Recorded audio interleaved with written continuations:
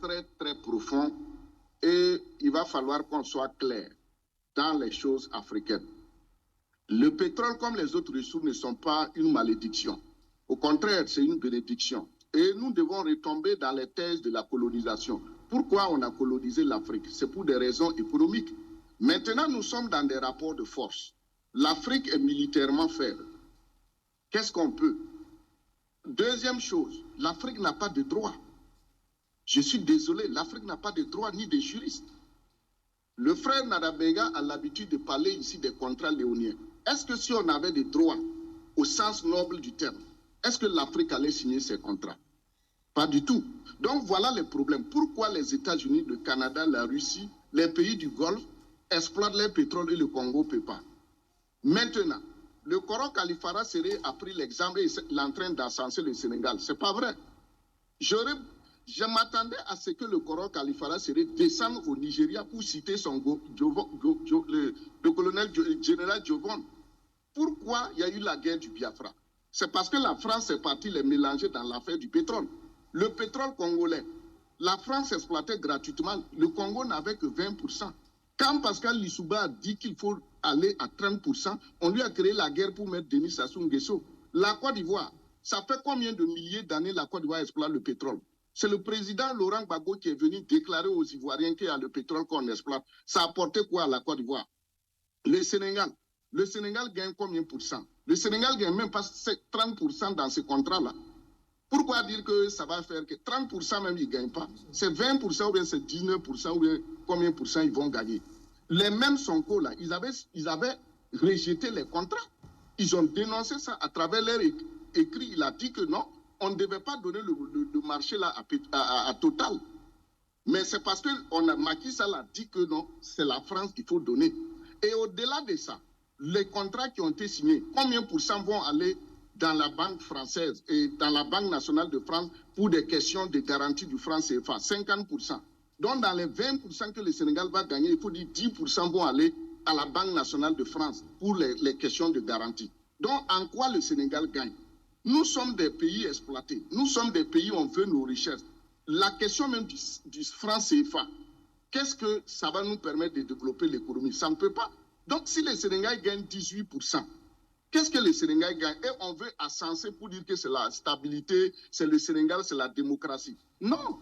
Vous savez combien de Sénégalais souffrent? Ce n'est pas à travers la démocratie et les chiffres, les élections qu'on développe un pays. Je vous ai toujours dit ici, la démocratie n'est qu'un résultat. Connaissez l'histoire du monde des Occidentaux. La démocratie, c'est un aboutissement. Vous allez 1000 faire des élections. Tant que vous n'avez pas de dirigeants patriotes, vos pays seront soumis à ce que nous subissons. On n'ira nulle part. Maintenant, qu'est-ce qu'il faut faire? C'est vrai que le Sénégal a des intellectuels. Mais du point de vue technique, du point de vue politique, quelles sont les conséquences? C'est là maintenant, il faut que les Africains investissent. Kalifara Seré voulait... Le pape a été invité au G7. Le pape, voilà. Ça veut dire qu'un autre monde est en train d'être né en Europe. Mais comme les Africains ne sont pas mûrs, et intellectuellement et politiquement, on pense que non, nous on va s'asseoir, c'est la démocratie, c'est les questions comme ça. Que non, ça c'est des niaiseries pour les petits peuples. L'Asie s'est relevée parce que l'Asie a pris le temps d'étudier les Occidentaux. C'est quoi le RN?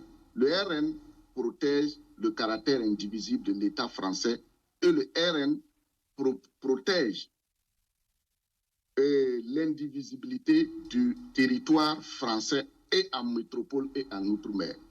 Quels sont les thèmes qu'ils ont utilisés pendant les campagnes? C'est les salaires, le prix de l'énergie, chômage, ainsi de suite, la retraite. L'immigration aussi. Voilà.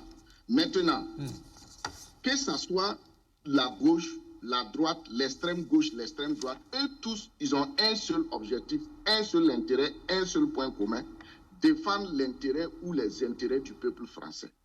Maintenant, il appartient aux Africains, aux intellectuels, à la classe politique de s'affirmer, de défendre l'Afrique, de se respecter pour que l'Afrique soit respectée au monde. Kizerbo disait quoi? Les jours que l'Afrique ne se laissera plus exploiter, personne ne verra jamais la couleur de notre peau. Maintenant, qu'est-ce qui se passe? Aujourd'hui, en termes de leçons, ça ne peut pas donner leçon à ces gens-là qu'on a en Afrique qui sont des hommes politiques. Vous voyez aujourd'hui tous les bouleversements qui se font en Europe. Et ils défendent leur pays, ils défendent leurs intérêts. Ils ne vont jamais piller leur pays pour aller déposer ailleurs. Mais chez nous, regardez ce qui se passe. Maintenant, à propos de base et de franc CFA, non, le RN même sera pire que Macron. Le RN sera pire que Macron. Les socialistes, en son temps, qu'est-ce qu'on disait? Les démocrates aux États-Unis, quand Obama arrivait, ce n'est pas Obama qui a détruit la Libye. C'est sous Obama que la Libye a été détruite, alors que les Africains s'attendaient à voir un changement dans le monde. Quand vous prenez les socialistes en France, qu'est-ce qu'ils n'ont pas fait en Afrique? Aujourd'hui même, nous sommes dans un tournant de l'histoire. Les RN, quand ils vont arriver et puis voir les réalités de l'État, la France a quel argent? Nous parlons comme si la France a des richesses. L'Europe n'a pas de richesses depuis 1492, après la guerre contre les Ottomans. Il a fallu les colonies américaines pour les relever, puis les colonies africaines et asiatiques. Aujourd'hui, voici les réalités du monde. L'Europe a quoi? Même culturellement. La culture qui reste à l'Europe, c'est quoi? C'est la démocratie, les droits de l'homme et les LGBTQ. C'est ça, les trois éléments qui restent à l'Europe. Et ils font face à un monde qui parle de révolution culturelle. Maintenant, regardez en Allemagne. Il y a eu un coup d'État là-bas. Manqué. La gauche est en train de venir. Et si la RN arrive en France, c'est possible qu'en Allemagne, il y ait des changements. C'est possible qu'en Europe, il y ait aussi des changements. Maintenant, qu'est-ce qui va se passer? Au niveau des bases et des francs CFA, ils vont même trouver un autre système pour nous asservir plus. Parce que la France va se débarrasser difficilement du franc CFA parce que c'est ce qui fait vivre la France. Les bases militaires, pourquoi il y a des bases militaires? Tout de suite, quand j'ai vu Oulon et puis le Koro Karifara serait expliqué, je m'attendais qu'ils prennent l'exemple de la Guinée. Quand la Guinée a décidé de prendre son indépendance, qu'est-ce qu'on l'a flanqué? Quand Haïti a décidé de prendre son indépendance, qu'est-ce que la France l'a fait? La France l'a fait payer parce qu'elle a perdu la plus riche colonie en son temps. Et c'est le même exemple qu'on nous a appliqué tous aujourd'hui, le cas haïtien. Où est Haïti aujourd'hui? Donc, nous devons comprendre l'histoire en profondeur pour comprendre la sociologie d'aujourd'hui. Si vous n'avez pas compris l'histoire, comment vous pouvez comprendre la sociologie contemporaine de l'Afrique et les problèmes qu'on a au sein de l'État? Donc, pour moi, c'est une bonne chose. Je veux que RN arrive au pouvoir en France. Les Africains vont voir les bouleversements qui vont se passer en Europe et ça va amener les Africains à prendre conscience. Parce qu'il y a des gens qui croient, quand je disais que c'est une recolonisation de l'Afrique, une réesclavagisation, les gens pensaient que non, et on parle comme ça parce qu'on n'aime pas la France. On est dans l'historiographie mondiale et il faut connaître, comme l'a dit Elikia Mbokolo, celui qui ne connaît pas l'histoire de l'Afrique ne connaîtra jamais l'histoire du monde. Voilà.